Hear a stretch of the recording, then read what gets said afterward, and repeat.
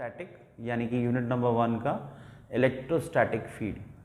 जैसे कि आप मुझे जानते ही हैं, मेरा नाम मयूर शर्मा और मैं फिज़िक्स टीचर हूं। तो मैं यहां पर आप लोगों को आज डिस्कस करने वाला हूं क्या, इलेक्ट्रोस्टैटिक फील्ड। तो एक तरीके से आप इसे चैप्टर माने या नया टॉपिक माने।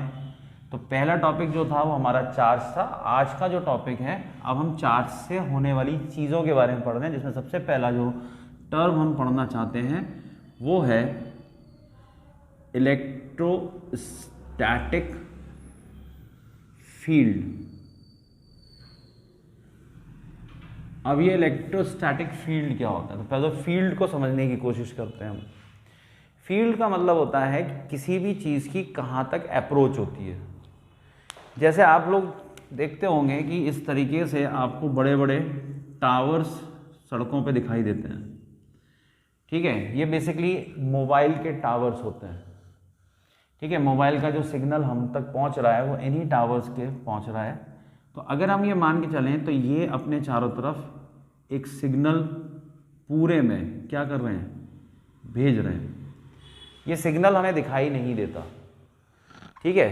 अब यहाँ पर हमारा मोबाइल है। अगर मैं ये मोबाइल को इसके फील्ड में ले जाऊँ या इसकी रेंज में ले जाऊँगा तो मेरा मोबाइल काम करेगा। कभी कभी आप सुनते हैं ना, क्या सुनते हैं, फ़ोन करिए, उपभोक्ता का नंबर पहुँच से बाहर है, ठीक है ना। The person you are dialing he is out of coverage area. तो वो क्यों आ रहा है, क्योंकि वो एक ऐसी जगह पे खड़ा हुआ है कि जहाँ पर उसको कहीं से नेटवर्क नहीं मिल रहा, यानी वो किसी भी टावर के फील्ड के अंदर नहीं है। तो अगर ये मोबाइल जब फील्ड में आएगा तो ये इससे सिग्नल लेगा और आपका मोबाइल काम करेगा। तो कुछ ऐसा ही अगर हम कंसेप्ट लेके चलें चार्ज के लिए, तो हमें जो स्टडी है चार्ज के बारे में वो थोड़ी सी इजी होती है और हमें उसको समझने में आसानी रहती है। तो जैसे ये हमारा एक तरीके का सोर्स हो गया और इस सोर्स ने अपने अंदर से सिग्नल निकाला, और जब ये सिग्नल निकला तो ये हमारा मोबाइल इसके कांटेक्ट में जब आएगा या इसके फील्ड में जब आएगा तो ये काम करना शुरू करेगा।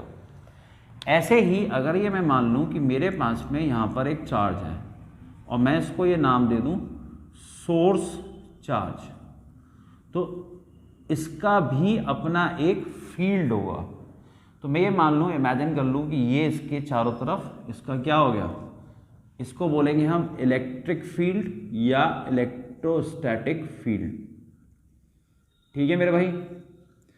तो यहाँ पर हमारे पास सोर्स चार्ज एंटीना की तरह है जिसने अपने चारों तरफ एक फील्ड बना रखा है।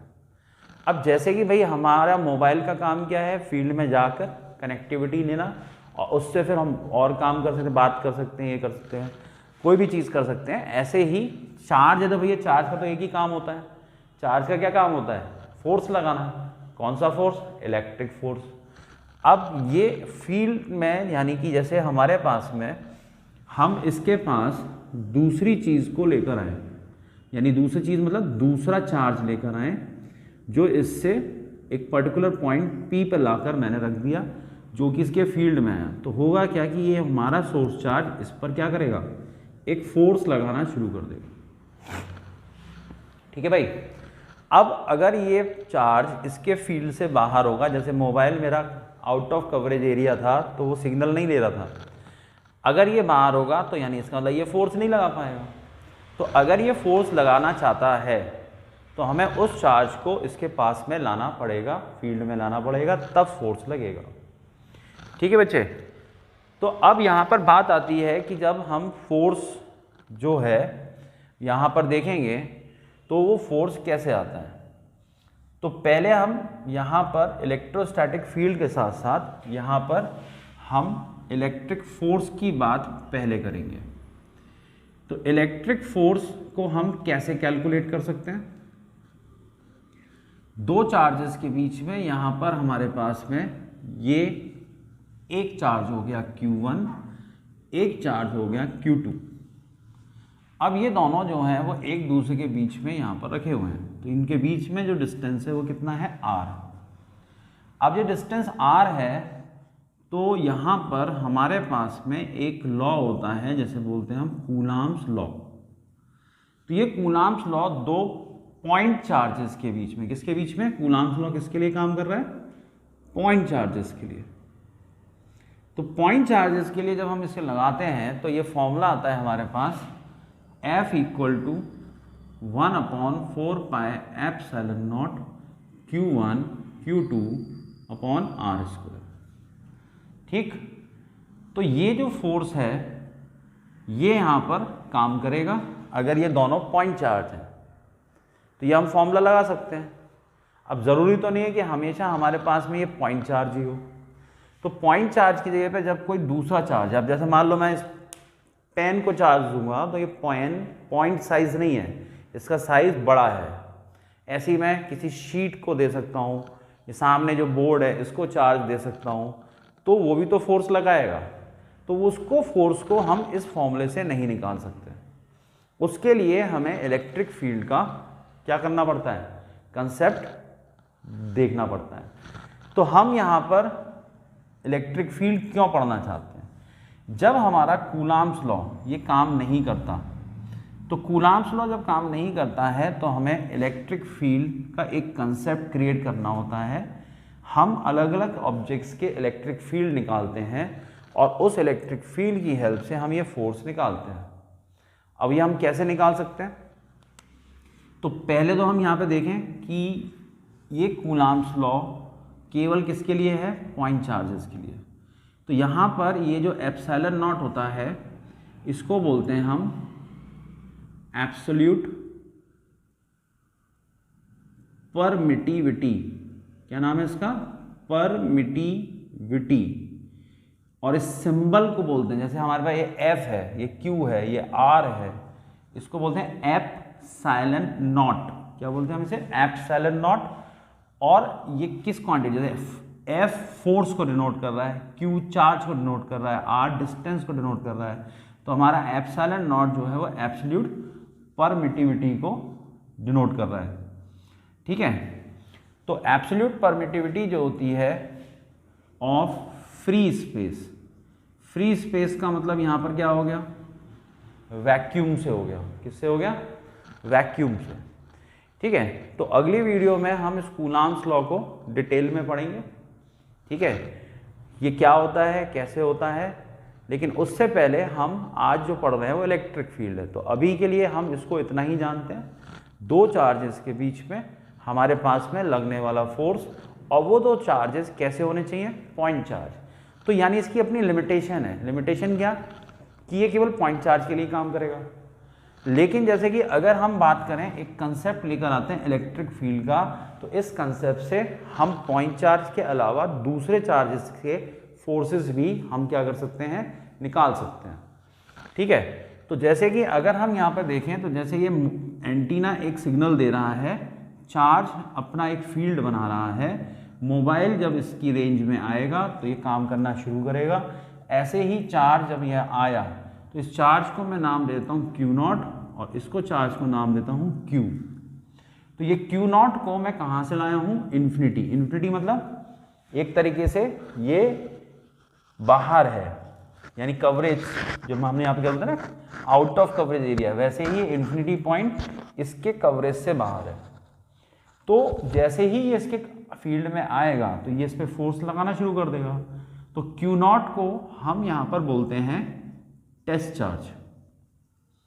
ठीक है, और सोर्स चार्ज कौन हो गया, Q। अब इसको टेस्ट चार्ज क्यों बोलते हैं, ये केवल यहाँ पे ही काम करेगा, इसके अलावा किसी भी नॉर्मल चार्ज को हम लाते हैं तो उस पर भी तो फोर्स लगेगा, लेकिन टेस्ट चार्ज का कुछ स्पेशल काम है। ये स्पेशल काम क्या है, ये हमें यहाँ पर इलेक्ट्रिक फील्ड को कैलकुलेट करने में हेल्प करेगा। तो अब हम आते हैं इलेक्ट्रिक फील्ड। तो इलेक्ट्रिक फील्ड एक कंसेप्ट हो गया। अब इसको हम तब तक यूज़ नहीं कर सकते जब तक कि हम इसको एक वैल्यू ना दें, इसको हमें एक क्वांटिटी में कन्वर्ट ना करें। तो इलेक्ट्रिक फील्ड को रिप्रेजेंट करने के लिए मेरे पास में जो क्वांटिटी होती है वो क्या होती है, इलेक्ट्रिक फील्ड इंटेंसिटी। ठीक है, तो इलेक्ट्रिक फील्ड इंटेंसिटी ये हमारे पास आ गई, ठीक है ना। अब जैसे हम ये कह रहे हैं बहुत गर्मी है, बहुत सर्दी है, अब गर्मी है सर्दी है तो ये तो समझ में आ रहा है, लेकिन अगर हम उसको स्पेसिफिकली अगर हम टेम्परेचर से डिनोट करते हैं तो हमें एग्जैक्टली पता लगता है कितनी गर्मी है कितनी सर्दी है, ठीक है ना। The degree of coldness and hotness is called temperature, यानी हम कोई चीज़ को अच्छे से समझाना चाहते हैं कि वो कितना गर्म है या कितना ठंडा है तो हम उसका टेम्परेचर का यूज़ करते हैं। सिमिलरली अगर हम ये समझाना चाहते हैं कि भाई इलेक्ट्रिक फील्ड क्या है और कितना है, तो उसके लिए जैसे हमें वहाँ टेम्परेचर की ज़रूरत थी, यहाँ पर किसकी ज़रूरत है, इलेक्ट्रिक फील्ड इंटेंसिटी की। तो जब ये इलेक्ट्रिक फील्ड इंटेंसिटी की ज़रूरत है, समझ में आई क्यों है, इसको हम डिनोट करते हैं किससे, ई से, और इसको डिफाइन करते हैं limit Q naught tends to 0 F divided by Q naught, ठीक है। ये एक वेक्टर क्वांटिटी होती है जिसमें डायरेक्शन होती है, तो हम इसके ऊपर ये एरो यूज़ करते हैं। अब इस फॉर्मूले को समझने के लिए सबसे पहले हमें क्यू नॉट को समझना पड़ेगा, यानी इसका काम केवल इसी फॉर्मूले में रहता है। इसके बाद में कहीं पे भी अगर हमें इलेक्ट्रिक फील्ड से कोई भी जानकारी चाहिए उसके बारे में तो हम वहाँ पे टेस्ट चार्ज का यूज़ करेंगे, वरना टेस्ट चार्ज का काम कुछ नहीं। ये एक तरीके का हाइपोथेटिकल चार्ज है। हाइपोथेटिकल हमने इमेजिन कर लिया है कि ये एक ऐसा चार्ज है, यानी कि क्यू नॉट जो है ये इनफाइनाइटली स्मॉल है। इनफाइनाइटली स्मॉल मतलब यानी बहुत बहुत ज़्यादा छोटा है, और दूसरा ये पॉजिटिव चार्ज है। ये दो चीज़ें हमने इसके लिए ली। तो जब हम इसको बहुत छोटा ले रहे हैं तो इसकी वजह से इसका कोई भी इलेक्ट्रिक फील्ड जो है, electric field of test charge is 0, इसका कोई चार्ज का फील्ड नहीं होता। समझ पा रहे हैं बच्चे, ठीक है। तो एक बार दोबारा से चलते हैं। ये सोर्स चार्ज था, इसका फील्ड था, इसमें हमने टेस्ट चार्ज को लाया। टेस्ट चार्ज लाने पर सोर्स चार्ज ने इस पर फोर्स लगाया, ठीक है। अगर ये यहाँ पे बाहर है इन्फिनिटी पे तो फोर्स नहीं लगेगा। अब इस इलेक्ट्रिक फील्ड के कंसेप्ट को हम क्यों पढ़ना चाहते हैं, हम ये जानना चाहते हैं कि किसी चार्ज की वजह से फोर्स कैसे निकाल सकते हैं, या एक चार्ज की प्रॉपर्टी को कैसे स्टडी कर सकते हैं। तो जब हम इलेक्ट्रिक फील्ड को स्टडी करना चाहते हैं तो हमारे पास में एक क्वांटिटी होनी चाहिए। तो हमने वो नई क्वांटिटी क्या बनाई, इलेक्ट्रिक फील्ड इंटेंसिटी, जिसको हम इस फॉर्मूले से डिनोट करते हैं। अभी इस फॉर्मूले के बारे में बाद में बात करेंगे, ठीक है। अभी इसमें जो क्यू नॉट है इसको हम टेस्ट चार्ज बोलते हैं, जो बहुत छोटा इनफाइनाइटली स्मॉल होता है, पॉजिटिव चार्ज होता है, और इलेक्ट्रिक फील्ड जो होता है मतलब इसका जो साइन होता है, ठीक है, वो पॉजिटिव होता है, और इलेक्ट्रिक फील्ड जो इसका होता है वो 0। अब बात ऐसे कैसे, ये 0 क्यों माना है हमने, है ना, क्यों माना है। अब जैसे मैं बोल रहा हूँ, आपको मेरी आवाज़ क्लियर सुनाई दे रही है, क्योंकि मेरी आवाज़ के साथ में कोई दूसरी आवाज़ नहीं है। अगर दो लोग इकट्ठे बोलने लग जाएंगे तो क्या आप किसी की बात अच्छे से समझ पाओगे, नहीं। तो ज़रूरी ये है कि अगर हमें एक की बात समझनी है तो दूसरे को चुप रहना चाहिए, और जब वो दूसरा बोले तो पहले को चुप रहना चाहिए। अगर वो दोनों एक साथ बोलेंगे तो हम उनकी बात समझ नहीं पाएंगे।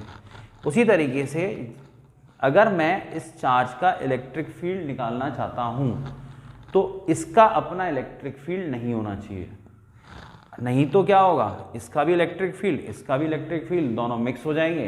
अब वो कौन किसका क्या है हमें पता नहीं लगेगा।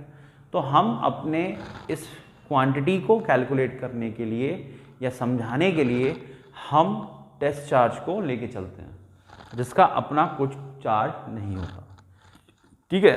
तो बेसिकली हमें इलेक्ट्रिक फील्ड इंटेंसिटी स्ट्रेंथ बताती है, स्ट्रेंथ ऑफ फील्ड।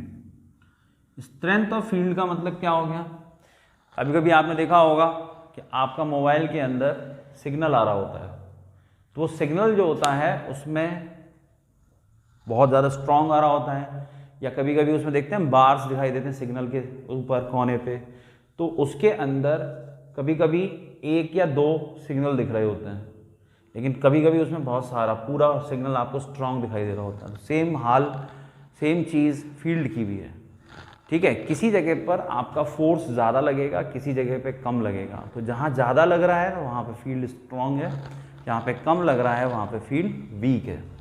तो अभी अगर हम यहाँ पे देखें तो electric field intensity strength of field को बताता है, ठीक। इसमें Q नॉट का काम क्या है, फील्ड को कैलकुलेट करना। इसके लिए हम इसके खुद के इलेक्ट्रिक फील्ड को जीरो लेके चल रहे हैं। अब इस एक्सप्रेशन के अंदर ये जो चीज़ लिखी हुई है limit Q naught tends to zero, तो एक Q naught tends to zero का मतलब ये है कि Q नॉट बहुत छोटा है। या आपसे बोर्ड में ये क्वेश्चन आएगा, ये आ चुका है, और बाई चांस अगर ये दोबारा से आया तो उसमें आपसे ये पूछा जाएगा कि limit Q naught tends to zero का क्या मतलब है, what is the physical significance in the expression of limit Q naught tends to zero. तो आप इसके लिए क्या लिखेंगे, limit Q naught tends to zero signifies that test charge is very small which has no electric field of its own, उसका अपना खुद का इलेक्ट्रिक फील्ड नहीं होता, और ये it can not disturb the field of the second charge. Clear. अब limit हमने टेस्ट चार्ज समझ लिया, इलेक्ट्रिक फील्ड क्यों यूज़ कर रहे हैं, इंटेंसिटी को इलेक्ट्रिक फील्ड को रिप्रेजेंट करने के लिए, उसकी स्ट्रेंथ को बताने के लिए। अब हम देखेंगे कि इलेक्ट्रिक फील्ड होता क्या है। इलेक्ट्रिक फील्ड का मतलब होता है force per unit charge, unit charge पे लगने वाला फोर्स। अब इसको समझने के लिए आप एक एग्जाम्पल देखिए, हमारे जो डेली लाइफ का होता है। आप किसी शॉपकीपर के पास गए, मान लो स्टेशनरी शॉप पे गए और आपको पेंसिल चाहिए। अब एक कंपनी 10 पेंसिल का पैकेट बना रही है, एक कंपनी 20 पेंसिल का बना रही है। जो 20 वाला है वो आपका 80 रुपीज़ का है, और जो 10 पेंसिल वाला है वो 50 रुपीज़ का है। तो यानी कि हमारे पास में 10 पेंसिल कितने की हैं, 50 रुपीज़ की, और 20 पेंसिल कितने की हैं, 80 रुपीज़ की। तो कौन सा पैसा ज़्यादा है, 80 रुपीज़ ज़्यादा है। लेकिन हमारे पास में अगर हम देखेंगे तो कौन सी पेंसिल हमारे लिए इकोनॉमिकल है, सस्ती है, तो वो 20 पेंसिल वाला पैकेट। क्यों, क्योंकि हम इसमें पर एक पेंसिल की कॉस्ट निकालेंगे तो ये 4 रुपीज़ आएगी, और इसकी निकालेंगे तो 5। ठीक। तो यानी कि हम कौन ज़्यादा है या कौन कम है, हमेशा अपनी डेली लाइफ के अंदर कहीं पर भी हम एक की बात करेंगे तो हमें पता लगेगा कि ये ज़्यादा है ये कम है। ऐसे ही किस पॉइंट पर फील्ड ज़्यादा है या कम है, तो उसके लिए मुझे यूनिट चार्ज 1 कूलाम चार्ज को पहले जैसे मैंने ए पॉइंट पर रखा, फिर मैंने इसको बी पॉइंट पर रखा, तो अब मैं इन दोनों में कंपैरिजन आसानी से कर सकता हूँ, क्योंकि यहाँ पर भी मैंने 1 कूलाम रखा है, यहाँ पे भी 1 कूलाम रखा है। तो जिस पे ज़्यादा फोर्स लगेगा उस पे ज़्यादा फोर्स, ज़्यादा क्या होगा, फील्ड होगा, उसकी स्ट्रेंथ वहाँ पे ज़्यादा होगी। तो यानी कि हम पर यूनिट चार्ज का क्यों निकालते हैं, जिससे कि यहाँ पर हमारे पास में सीधे सीधे कंपैरिजन हो सके कि कहाँ पे फोर्स ज़्यादा है कहाँ पे कम है। 1 कूलाम कॉमन चार्ज हमने रखा है, जिससे कि हमें आसानी से पता लग जाए कि फील्ड कहाँ स्ट्रॉन्ग है कहाँ कम है। अब जब हम यहाँ पे देखेंगे तो इसका SI यूनिट जो होगा, तो जैसे कि फॉर्मूले से ही निकालेंगे, फोर्स का क्या होगा, न्यूटन पर कूलम। इसका एक और होता है, वो होता है वोल्ट पर मीटर। अब ये यूनिट कहाँ से आया ये भी आपको समझ में नहीं आएगा, इसके लिए आपको आगे की वीडियो देखनी पड़ेगी, जिसमें आपको इलेक्ट्रिक पोटेंशियल जब पढ़ाया जाएगा तब वहाँ पर इसका हम बताएंगे कि ये यूनिट कैसे आया। ठीक है, फिलहाल के लिए आपको न्यूमेरिकल में दोनों मिल सकते हैं, न्यूटन पर कूलाम और वोल्ट पर मीटर। ठीक है बच्चे, तो न्यूटन पर कूलाम और वोल्ट पर मीटर दोनों मिल सकते हैं। ये तो सीधे सीधे समझ में आ रहा है, फॉर्मूले से आया। ये हम पढ़ेंगे इलेक्ट्रिक पोटेंशियल में। ऐसे ही अब हम इसकी डायमेंशंस निकालेंगे। तो जब हम डायमेंशन निकालते हैं, चाहे तो हम फॉर्मूला देख सकते हैं, चाहे हम यूनिट देख सकते हैं। न्यूटन फोर्स है, तो फोर्स की डायमेंशन क्या होती है, ml t - 2। ये क्या होती है, AT। -1। तो अगर हम इसको देखेंगे तो ये हमारे पास में क्या हो जाएगा, m l t - 3 a - 1। तो ये इसका डायमेंशनल फॉर्मूला होता है। ठीक है, अब हमारे पास में इलेक्ट्रिक फील्ड एक वेक्टर क्वांटिटी है। कैसी क्वांटिटी है मेरे बच्चे? Vector quantity. अब जब ये वेक्टर क्वांटिटी है तो इसकी एक डायरेक्शन भी होनी चाहिए। तो ये फॉर्मूला हमें वैल्यू बताता है और यही फॉर्मूला हमें डायरेक्शन भी बताता है। ठीक है, तो अब हम इसकी डायरेक्शन कैसे निकाल सकते हैं मेरे भाई? तो उसके लिए हमें इस फॉर्मूले को दोबारा से देखना पड़ेगा। तो जब हम यहां पर देखेंगे तो हमारे पास में ये फॉर्मूला ये हमें ये बता रहा है कि जो डायरेक्शन है, डायरेक्शन किसकी निकालना चाह रहे हैं हम? इलेक्ट्रिक फील्ड की। तो इस इक्वेशन के अंदर ये जो E की जो डायरेक्शन होती है वो F की डायरेक्शन होती है और ये F किस पे लग रहा है? +Q0 पे। यानी कि ये एक्सप्रेशन हमें ये बताता है कि direction of electric field is along the direction of force experienced by the positive test charge. मतलब ये इलेक्ट्रिक फील्ड की डायरेक्शन टेस्ट चार्ज पर लगने वाले फोर्स की डायरेक्शन की अलोंग होती है। अब यहाँ पर टेस्ट चार्ज तो हमारा प्लस था, लेकिन सोर्स चार्ज जो होता है, जैसे कि हमने पहले भी पढ़ा हुआ है कि चार्ज दो तरीके के होते हैं। ठीक है ना? अब ये सोर्स चार्ज है तो ये पॉजिटिव भी हो सकता है और नेगेटिव भी हो सकता है। तो उस हिसाब से इनके फील्ड की डायरेक्शन भी क्या होती है? चेंज हो जाती है। ठीक है बच्चे, तो मैंने भी आपको क्या बताया कि जो फोर्स है उसकी ही डायरेक्शन इलेक्ट्रिक फील्ड की डायरेक्शन मानी जाती है। अब सपोज कीजिए कि मेरे पास में यहाँ पर एक पॉजिटिव चार्ज है, पॉजिटिव सोर्स, और एक मेरे पास कौन है? Negative source. तो पॉजिटिव सोर्स जब हम रखेंगे तो ये हमारे पास में +Q0 को, ये प्लस है ये प्लस है, तो प्लस प्लस क्या करते हैं? रिपेल करते हैं। ये माइनस है तो ये माइनस +Q0 ये इसको क्या करेगा? अट्रैक्ट करेगा। तो इस माइनस ने इस प्लस को अट्रैक्ट किया, प्लस ने प्लस को रिपेल किया। ठीक है, तो हमारे पास में इसमें फोर्स कहाँ लग रहा है? बाहर। तो हमारा इलेक्ट्रिक फील्ड भी कहाँ होना चाहिए? बाहर। तो हम इसे पढ़ेंगे आउटवर्ड या अवे फ्रॉम द चार्ज।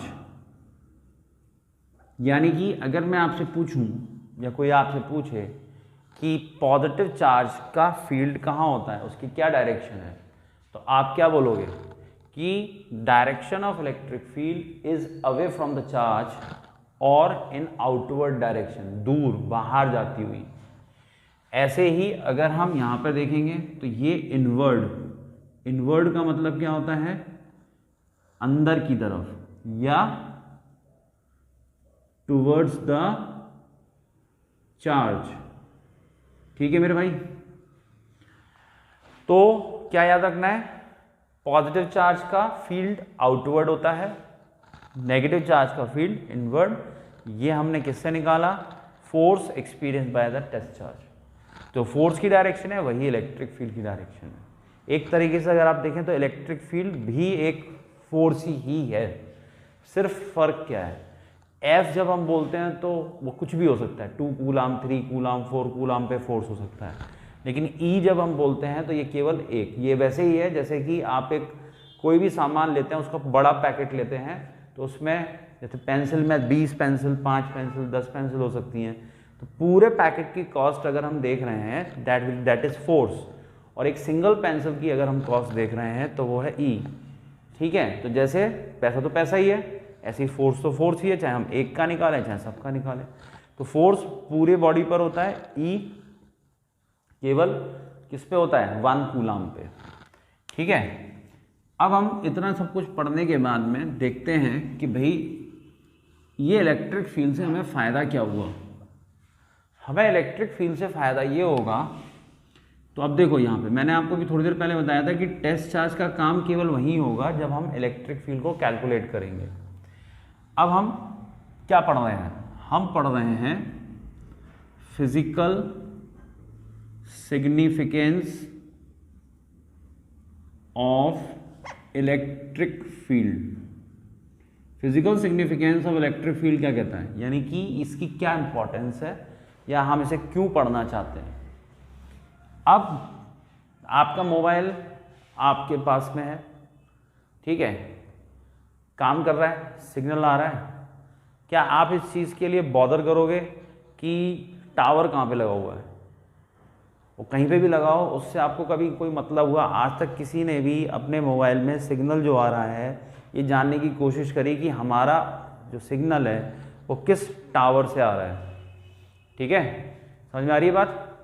तो हमारे पास में जो टावर होता है वो, उसके लिए हमें कोई चिंता नहीं होती जब तक हमें सिग्नल मिल रहा है। सेम काम सिग्नल का होता है, मेन काम किसका होता है? सिग्नल का। तो सेम काम हमारे पास में सिग्नल की जगह कौन कर रहा है? Electric field. ये मैंने मान लिया कि ये एक फील्ड है और इस पॉइंट पर मेरे पास में ये इलेक्ट्रिक फील्ड है। अगर मैं इसको यहाँ पर लेकर आऊँगा तो प्लस क्यू नॉट चार्ज हुआ, तो ये फोर्स जो है वो हमारे पास में सीधे सीधे क्या हो जाएगा? क्यू नॉट ई।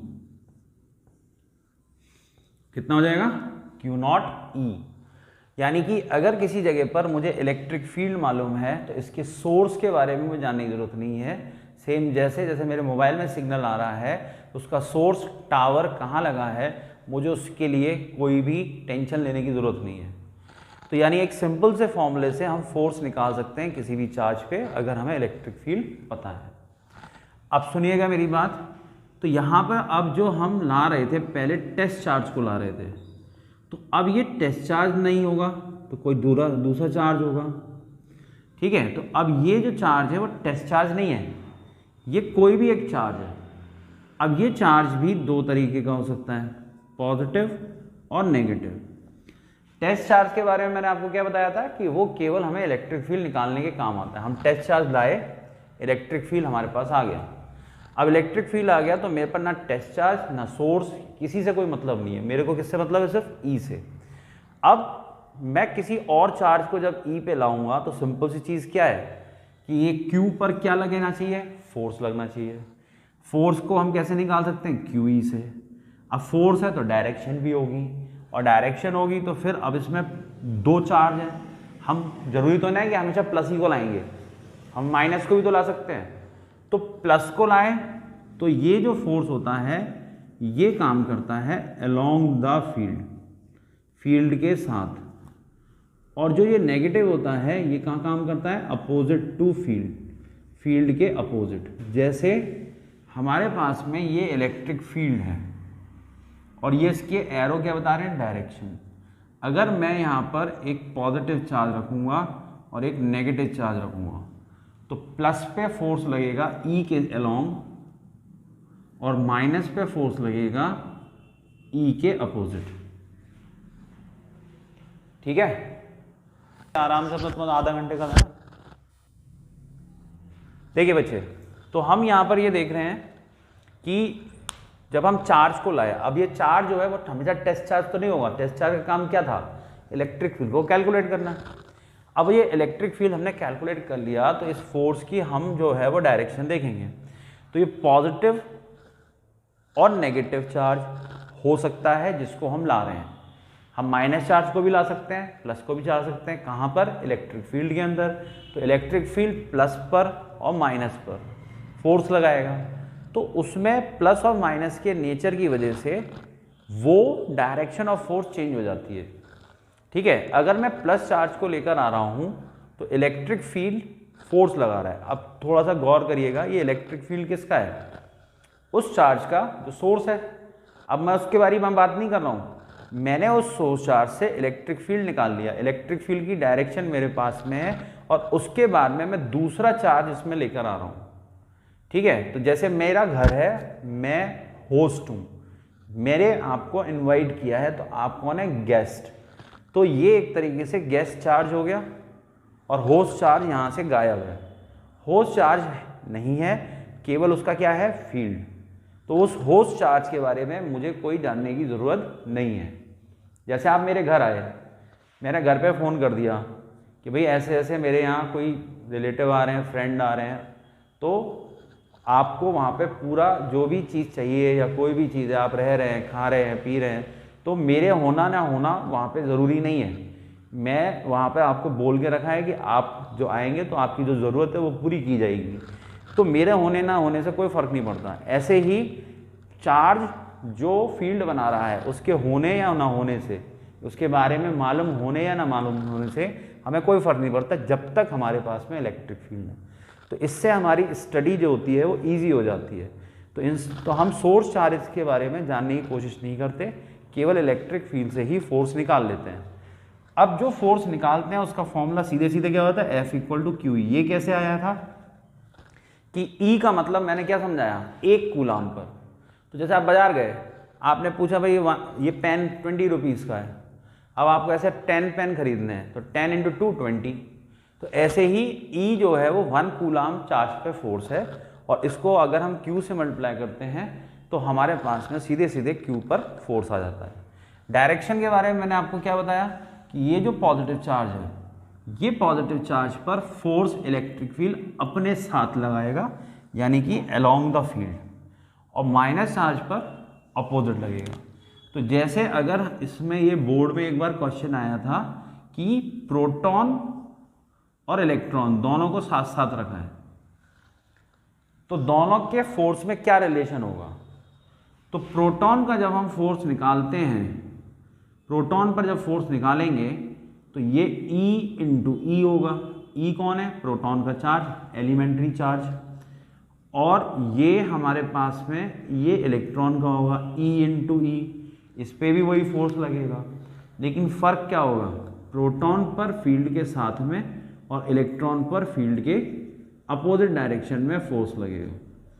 तो यहाँ पे अगर हम रिलेशन लिखेंगे तो ये हमारे पास में ये पॉजिटिव है तो ये नेगेटिव है।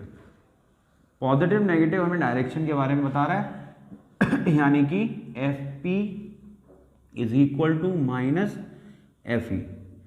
ये चीज़ समझ में आई? यानी ये इक्वेशन वेक्टर इक्वेशन है जो ये बता रही है both the forces have equal magnitude but opposite direction. ठीक है, अब हम इसका यूज़ देखना चाहते हैं इलेक्ट्रिक फील्ड का। तो इस वीडियो में केवल आपको मैं एक ही यूज़ बता पाऊँगा, उसके लिए आपको और जो देखना है तो उसमें आगे आने वाली वीडियोज़ में हम देखेंगे। अगली वीडियो में जो है वो हम कूलाम्स लॉ के बारे में पहले पढ़ेंगे। तो वो जो आज हम यहाँ पर यूज़ देख रहे हैं, तो कूलाम्स लॉ जो है किसके लिए मैंने बताया था आपको, पॉइंट चार्ज के लिए है। ठीक है, तो वो कूलाम्स लॉ जो हम अगले वीडियो में देखेंगे, तो उसके बारे में पहले थोड़ा सा हम जान लेते हैं इसी वीडियो में, और डिटेल में बात करेंगे अगली वीडियो में। तो जैसे ये मेरे पास में पॉइंट चार्ज है, तो मैंने बताया था पॉइंट चार्ज के लिए कौन काम करता है, कूलाम्स लॉ। तो अब यहाँ पर टेस्ट चार्ज का काम दोबारा से आएगा, क्यों? क्योंकि ये Q है, इसने यहाँ पर एक इलेक्ट्रिक फील्ड बनाया इस पॉइंट P पर, जो डिस्टेंस कितना है, R। तो मैं इस पे इलेक्ट्रिक फील्ड निकालना चाहता हूँ, तो मैं यहाँ पर कौन लेके आऊँगा, Q0 को। तो ये Q0 पर फोर्स लगाएगा। तो जब ये फोर्स लगाएगा तो मैंने कूलाम्स लॉ बताया था आपको, F 1/4πε0 Q1 Q2 R²। पहला चार्ज, दूसरा चार्ज, दोनों के बीच में डिस्टेंस। अब ये फोर्स हो गया, अब मुझे इलेक्ट्रिक फील्ड निकालना है, तो F/Q0। अब आप कहेंगे सर कि फॉर्मूले में वो लिमिट Q0 टेंड्स टू 0 जो लगाया था वो कहाँ गया? तो वो केवल आपको डेफिनेशन के लिए यूज़ करना है, उसको बार बार लिखने की ज़रूरत हमें नहीं पड़ती, क्योंकि वो केवल डेफिनेशन में समझाने के लिए है कि Q0 छोटा चार्ज है, और उसके बाद में ये अंडरस्टूड हो जाता है कि Q0 जो ले रहे हैं हम वो छोटे चार्ज को ले रहे हैं जिसका अपना कोई फील्ड नहीं है। तो जब हम यहाँ पर इसको देखेंगे तो ये हमारे पास Q/R² Q0 इंटू 1/Q0, ये कट गया, तो फॉर्मूला आ गया मेरे पास में 1/4πε0 Q/R²। तो ये इलेक्ट्रिक फील्ड किसका हो गया भाई, पॉइंट चार्ज का हो गया। ठीक है। अब इसकी जो डायरेक्शन देखेंगे तो अगर हमारा प्लस चार्ज है तो ये क्या होगा, अवे या outward, away from the charge या बाहर की तरफ आउटवर्ड, माइनस क्यू कहाँ होगा, इनवर्ड या टुवर्ड द चार्ज। ये चीज समझ में आई। अब इस कूलाम्स लॉ को हम डिटेल में बात करेंगे किसमें, अगली वीडियो में, ठीक है। और फिर उसके बाद में हम बात करेंगे कि किस तरीके से इलेक्ट्रिक फील्ड की हेल्प से हम अलग अलग चीज़ों के बारे में स्टडी करते हैं। तो वो अब होता है हमारा गॉस लॉ, गॉस थ्योरम। तो इसकी जो आप इसके बाद में जो अगली वीडियो आप जो देखेंगे वो कूलाम्स लॉ के लिए है, और उसके बाद में जो आने वाली वीडियोज़ होंगी उसमें हम गॉस थ्योरम पढ़ेंगे, ठीक है स्टूडेंट्स। तो ये आप लोगों को आज जो वीडियो है पसंद आई होगी, तो आप ज़रूर इस पर कमेंट करें। आप और क्या चाहते हैं वो मेरे को कमेंट करके बताएं कि सर हम ये कुछ और हमें क्या एक्स्ट्रा मिलना चाहिए इस वीडियो में, ठीक है। अपने ज़्यादा से ज़्यादा दोस्तों को बताएं, उनसे सब्सक्राइब करवाएं, लाइक कराएं, शेयर करें, ठीक है, जिससे कि इस वीडियो का बेनिफिट ज़्यादा से ज़्यादा लोग उठा सकें। ठीक है बच्चों, मिलते हैं अगली वीडियो में।